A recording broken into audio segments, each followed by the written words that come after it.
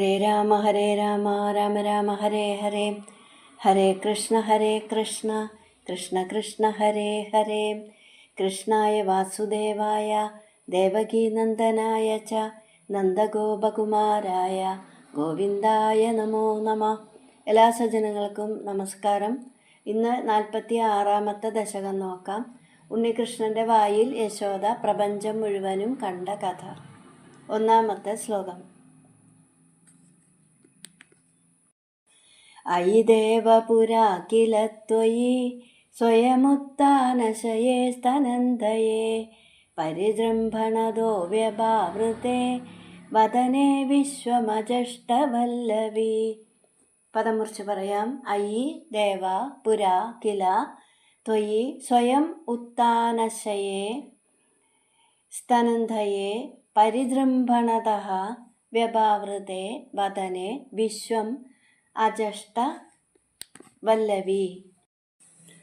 അയി ദേവ പുരാ ഉത്ഥാനശയെ. ഗുരുവായൂരപ്പ, മുമ്പൊരിക്കൽ മലർന്നു കിടന്ന് മുലപ്പാൽ കുടിക്കുന്ന പ്രായത്തിൽ ത്വയി അങ്ങയാൽ സ്വയം പരിജൃംഭണതഃ സ്വയം കോട്ടുവായിട്ടപ്പോൾ വ്യഭാവൃതേ വദനെ മുഴുവനും തുറന്ന വായിൽ വല്ലവി യശോദ വിശ്വം അജഷ്ട കില ലോകം മുഴുവനും കണ്ടുവല്ലോ.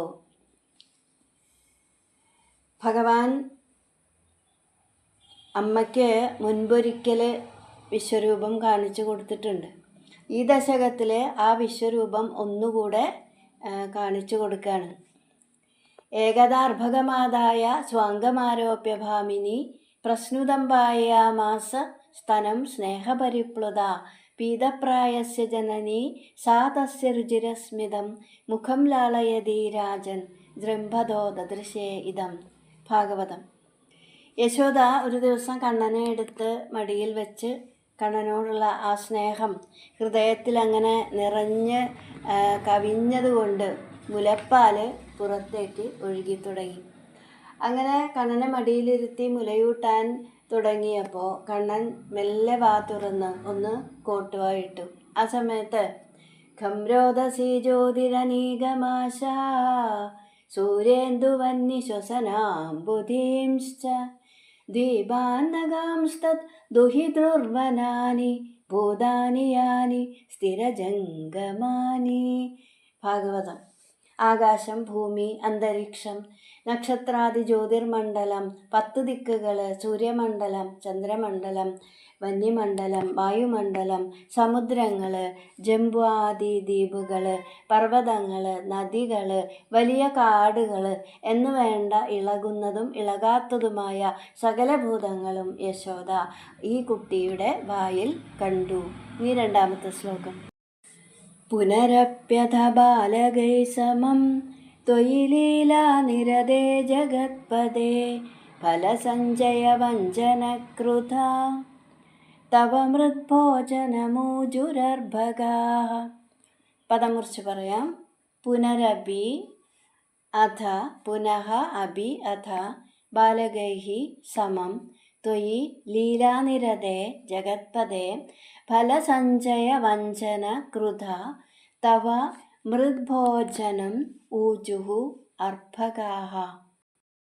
ഹേ ജഗത്പദേ, അഥ അലയോ വിശ്വനാഥ, പിന്നീട് പുനഃപി ഒരിക്കൽ കൂടി ത്വയി ബാലകൈഃ സമം അങ്ങ് കൂട്ടുകാരോടുകൂടി ലീലാനിരതേ കളികളിൽ മുഴുകിയിരിക്കുമ്പോൾ ഫലസഞ്ജയ വഞ്ചനകൃത പഴമെടുത്തതുകൊണ്ടുള്ള നീരസം കൊണ്ട് അർഭകാഃ തവ മൃദ്ഭോജനം കുട്ടികൾ അങ്ങയുടെ മണ്ണ് തിന്നൽ ഊജുഹു പറഞ്ഞു. ചെറുപ്പത്തിൽ കൊച്ചുകുട്ടികളായിരിക്കുമ്പോൾ കുട്ടികൾ മണ്ണ് തിന്നുന്നത് സ്വാഭാവികമാണ്. അപ്പോൾ കൃഷ്ണനും അങ്ങനെ ഒരു മണ്ണുണ്ണി ആയിരുന്നു എന്നാണ്. അപ്പോൾ എന്നാൽ യശോദയ്ക്ക് ഇതൊന്നും അറിയുന്നുണ്ടായിരുന്നില്ല. അപ്പോൾ കണ്ണൻ മണ്ണ് തിന്നുന്നുണ്ടെന്ന് കൂട്ടുകാർക്ക് നന്നായിട്ടറിയാം. ഒരിക്കൽ ഭഗവാൻ കൂട്ടുകാരെ ഒന്ന് പറ്റിച്ചപ്പോൾ അവർക്ക് ഭഗവാനോട് ചെറിയൊരു ഈർഷ്യ തോന്നി. ആ ദേഷ്യത്തിൽ അവരത് യശോദയോട് പറഞ്ഞു.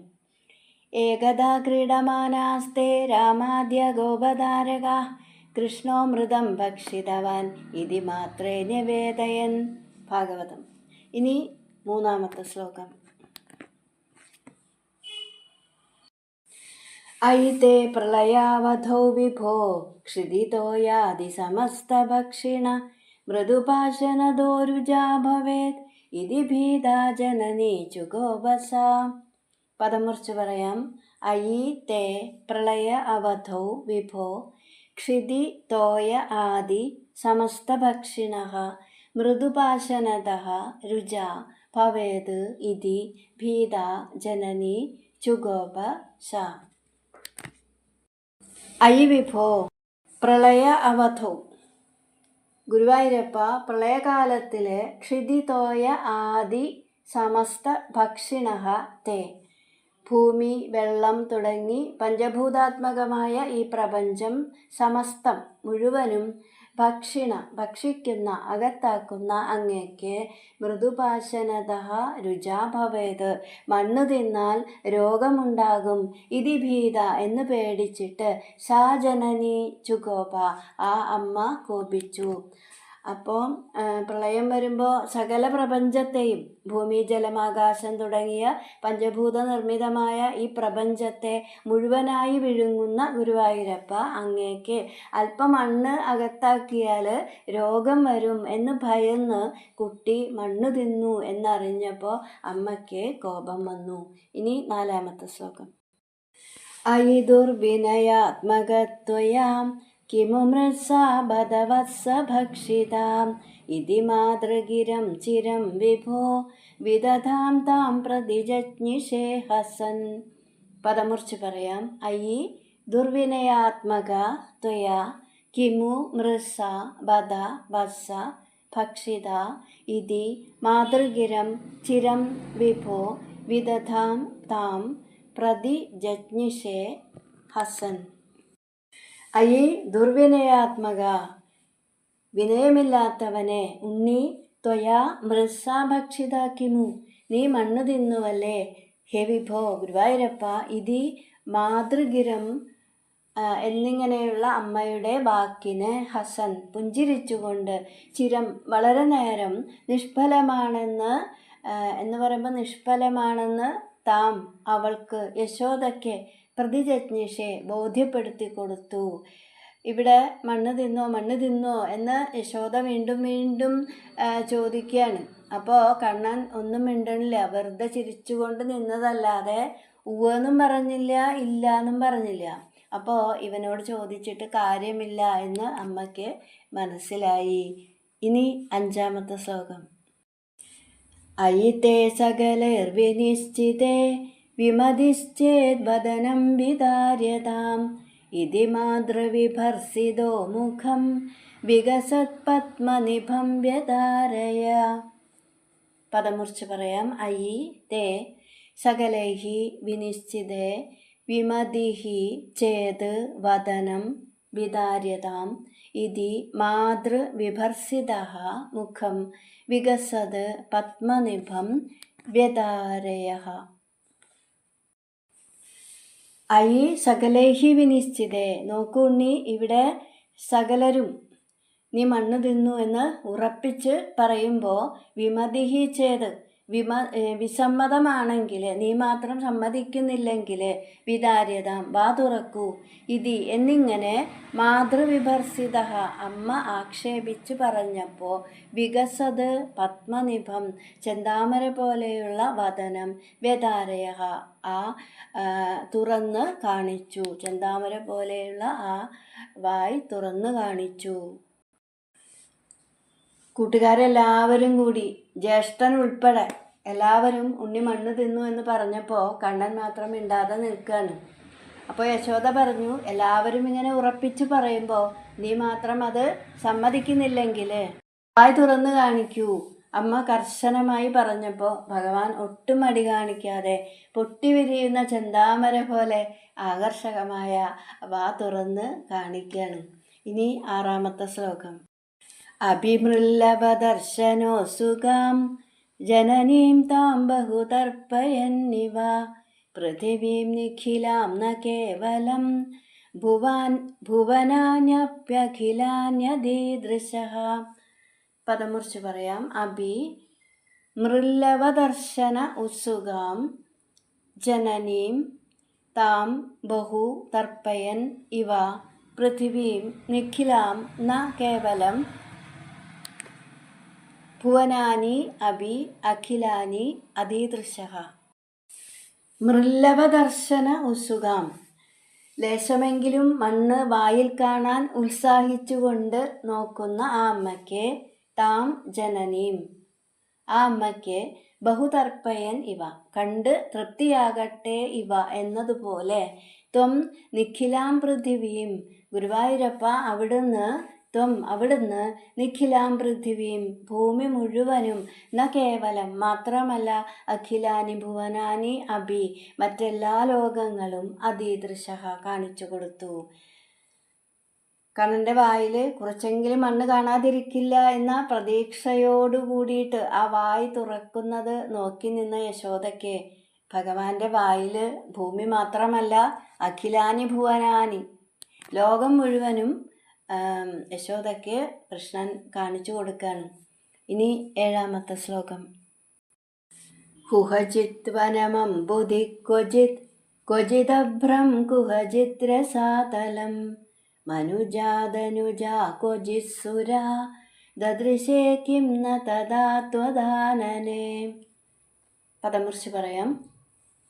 കുഹചിത് വനം അംബുധിഃ ക്വചിത് അഭ്രം കുഹചിത് രസാതലം മനുജാ ധനുജാഃ ക്വചിത് സുരാ ദദൃശേ കിം ന തദാ ത്വദ് ആനനേ. കുഹചിത് വനം, ഒരു ഭാഗത്ത് കാട്, ക്വചിത് അംബുധി, ഒരു സ്ഥലത്ത് സമുദ്രം, ക്വചിത് അഭ്രം, വേറൊരു സ്ഥലത്ത് ആകാശം, കുഹചിത് രസാതലം, ഇനിയൊരിടത്ത് പാതാളം, ക്വചിത്, വേറൊരിടത്ത് മനുജാഹ ധനുജാഹ സുരാഹ, മനുഷ്യര്, അസുരന്മാര്, ദേവന്മാര്, തഥാ, ആ സമയത്ത്, ത്വത് ആനനെ കിം ന ദദൃശേ, ഉണ്ണിയുടെ മുഖത്ത് കാണാത്തതായിട്ട്, ആ വാ തുറന്നപ്പോൾ ആ വായിൽ കാണാത്തതായിട്ട് ഇനി എന്താണ് ഉള്ളത്? അപ്പം ഇവിടെ ഭഗവാൻ ആ വാ തുറന്ന് കാണിച്ചപ്പോൾ ആ വായിൽ മനുഷ്യാദി ജീവജാലങ്ങൾ, സ്ഥിരമായി നിൽക്കുന്ന വൃക്ഷങ്ങൾ, പർവ്വതങ്ങൾ, സമുദ്രങ്ങൾ, വായുമണ്ഡലം, ചന്ദ്രമണ്ഡലം, നക്ഷത്രമണ്ഡലം, സ്വർഗം, ജലം, അഗ്നി, ആകാശം, സാത്വിക ദേവതകൾ തുടങ്ങി സമസ്ത ലോകത്തെയും യശോദ കാണാണ്. ഇനി 8ാമത്തെ ശ്ലോകം. കലശാംബുധിശായിനം പുനഃ പരവൈകുണ്ഠപദാധിവാസിനം സ്വപുരശ്ച നിജാർഭകാത്മകം കദിധാ ത്വാം ന ദദർശ സാമുഖേ. പദമുറിച്ച് പറയാം. കലശ അംബുധി ശായിനം പുനഃ പരവൈകുണ്ഠപദ അധിവാസിനം സ്വപുരഃ ച നിജ അർഭക ആത്മകം കദിധാ ത്വാം ന ദദർശ സാ മുഖേ. സാ മുഖേ പുനഃ, യശോദ പിന്നെ കലശ അംബുധി ശയാനം, പാലാഴിയിൽ പള്ളികൊള്ളുന്നവനായിട്ടും പരവൈകുണ്ഠപദ അധിവാസിനം, ശ്രേഷ്ഠം സർവ ഉത്കൃഷ്ടമായ വൈകുണ്ഠത്തിൽ അധിവസിക്കുന്നവനായിട്ടും സ്വപുരഃ, തൻ്റെ കൺമുമ്പിൽ നിജ അർഭക ആത്മകം, പുത്രഭാവത്തിൽ നിൽക്കുന്ന കദിധ ത്വാം ന ദദർശ, അങ്ങയെ ഏതെല്ലാം തരത്തിൽ ന ദദർശ, ദർശിച്ചില്ല. കണ്ണൻ വായ തുറന്നപ്പോൾ യശോദ ഭഗവാനെ തന്നെ പലതരത്തിൽ കണ്ടു എന്ന് പറയാണ് ഈ ശ്ലോകത്തിൽ. ഭഗവാൻ പാലാഴിയിൽ പള്ളി കൊള്ളുന്നതായിട്ടും വൈകുണ്ഠത്തിൽ അധിവസിക്കുന്നതായിട്ടും തൻ്റെ മുന്നിൽ പുത്രഭാവത്തിൽ നിൽക്കുന്നതായിട്ടും യശോദ കണ്ടു എന്ന് മേൽപ്പത്തൂര് പറയുന്നു. ഇനി 9ാമത്തെ ശ്ലോകം. വികസദ്ഭുവനേ മുഖോദരേ നനുഭൂയോപി തഥാ വിധാനനഃ അനയാ സ്ഫുടമീക്ഷിതോ ഭവാൻ അനവസ്ഥാം ജഗദാംബതാതനോദ്. പദമുറിച്ച് പറയാം. വികസത് ഭുവനെ മുഖോദരേ നനു ഭൂയഃ അഭി തഥാവിധ ആനനഃ അനയാ സ്ഫുടം ഈക്ഷിതഃ ഭവാൻ അനവസ്ഥാം ജഗതാം ബത ആതനോത്. വികസത് ഭുവനെ മുഖോദരേ.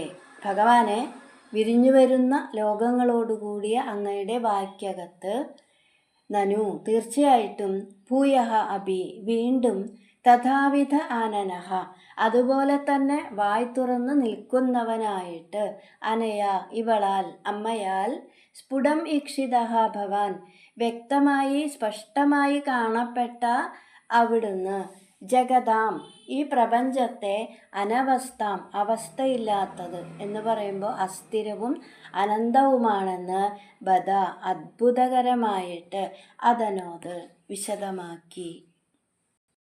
ആ വായ് തുറന്നു പിടിച്ചുകൊണ്ട് ഭഗവാൻ കുറച്ചു നേരം അങ്ങനെ തന്നെ നിന്നപ്പോൾ മേൽപ്പത്തൂർ പറയുന്നു, ഭഗവാനെ, അങ്ങയുടെ വായ്ക്കകത്ത് അമ്മ സ്പഷ്ടമായിട്ട് കണ്ട ആ വിരിഞ്ഞു വരുന്ന ഈ പ്രപഞ്ചത്തിൻ്റെ അനവസ്ഥയെ എന്ന് പറയുമ്പോൾ അസ്ഥിരവും അനന്തവും ആയ ഈ പ്രപഞ്ചം, അസ്ഥിരവും അനന്തവുമാണ് ഈ പ്രപഞ്ചമെന്ന് വിശദമാക്കി കൊടുത്തു എന്ന് പറയാണ്. അപ്പോൾ ഈ കാണപ്പെടുന്ന പ്രപഞ്ചം, ദൃശ്യപ്രപഞ്ചം അനന്തവും അസ്ഥിരവുമാണെന്ന് അമ്മയെ ബോധ്യപ്പെടുത്തി കൊടുക്കാനാണോ എന്ന് തോന്നും വിധത്തിൽ കണ്ണൻ വായ് തുറന്ന് പിടിച്ച് കുറച്ചു നേരം അങ്ങനെ തന്നെ നിന്നപ്പോൾ തൻ്റെ വായിൽ വിരിഞ്ഞു വരുന്ന ഈ പ്രപഞ്ചത്തെ യശോദയ്ക്ക് സ്പഷ്ടമായിട്ട് അത്ഭുതകരമാകും വണ്ണം കാണിച്ചു കൊടുത്തു. ഇനി 10ാമത്തെ ശ്ലോകം. ധൃതതത്വധിയം തദാക്ഷണം ജനനീം താം പ്രണയേന മോഹയൻ സ്തനമംബദിശേത്യുപാസജൻ ഭഗവന്നദ്ഭുതബാല പാഹി മാം. പദം മുറിച്ച് പറയാം. ധൃത തത്വധിയം തദാ ക്ഷണം ജനനീം താം പ്രണയേന മോഹയൻ സ്തനം അംബ ദിശ ഇതി ഉപാസജൻ ഭഗവൻ അദ്ഭുതബാല പാഹി മാം. തഥാ ക്ഷണം ധൃതതത്വധിയം അപ്പോൾ കുറച്ചു നേരത്തേക്ക് പരമാർത്ഥബോധമുണ്ടായ താം ജനനീം ആ അമ്മയെ പ്രണയേന മോഹയൻ സ്നേഹമയമായ മായയാൽ മോഹിപ്പിച്ചുകൊണ്ട് ഹേ അംബ സ്തനം ദിശ സ്തന്യം തരൂ ഇതി ഉപാസജൻ എന്ന് പറഞ്ഞുകൊണ്ട് അദ്ഭുതബാല അദ്ഭുത ശിശുവായ ഭഗവാനെ ഗുരുവായൂരപ്പ മാം പാഹി എന്നെ രക്ഷിക്കണേ. അപ്പോൾ ഉണ്ണിയുടെ ഉള്ളിൽ ലോകം മുഴുവൻ കണ്ടുകൊണ്ടിരിക്കുന്ന സമയത്ത് ഭഗവാൻ പാലാഴിയിൽ പള്ളി കൊള്ളുന്നതായിട്ടും വൈകുണ്ഠവാസിയായിട്ടും അതിലുമൊക്കെ ഉപരിയായിട്ട് ഭഗവാൻ പുത്രഭാവത്തിൽ തൻ്റെ മുന്നിൽ വാ തുറന്നു പിടിച്ച് നിൽക്കുന്നതായിട്ടും കണ്ടപ്പോൾ കുറച്ചു നേരത്തേക്ക് യശോദയ്ക്ക് ആത്മജ്ഞാനം ഉണ്ടായി എന്ന് പറയാണ്. അപ്പോൾ എന്നാലേ ഭഗവാൻ ആ ആത്മജ്ഞാനത്തെ വീണ്ടും എങ്ങനെയാണ് അമ്മേ സ്തന്യം തരൂ എന്ന് കൊഞ്ചലോടെ ആ അമ്മയോട് പറഞ്ഞിട്ട് മായയാൽ ആ ആത്മജ്ഞാനത്തെ മറയ്ക്കുകയാണ്. അപ്പോൾ അത്ഭുത ശിശുവായ ഭഗവാനെ മേൽപ്പത്തൂര് പറയാണ്, അത്ഭുത ശിശുവായ ഭഗവാനെ ഗുരുവായൂരപ്പ എന്നെ രക്ഷിക്കണേ. അങ്ങനെയുള്ള ആ മേൽപ്പത്തൂരിൻ്റെ പ്രാർത്ഥനയോടെ 46ാമത്തെ ദശകം ഉപസംഹരിക്കുന്നു. ഹരേ കൃഷ്ണ.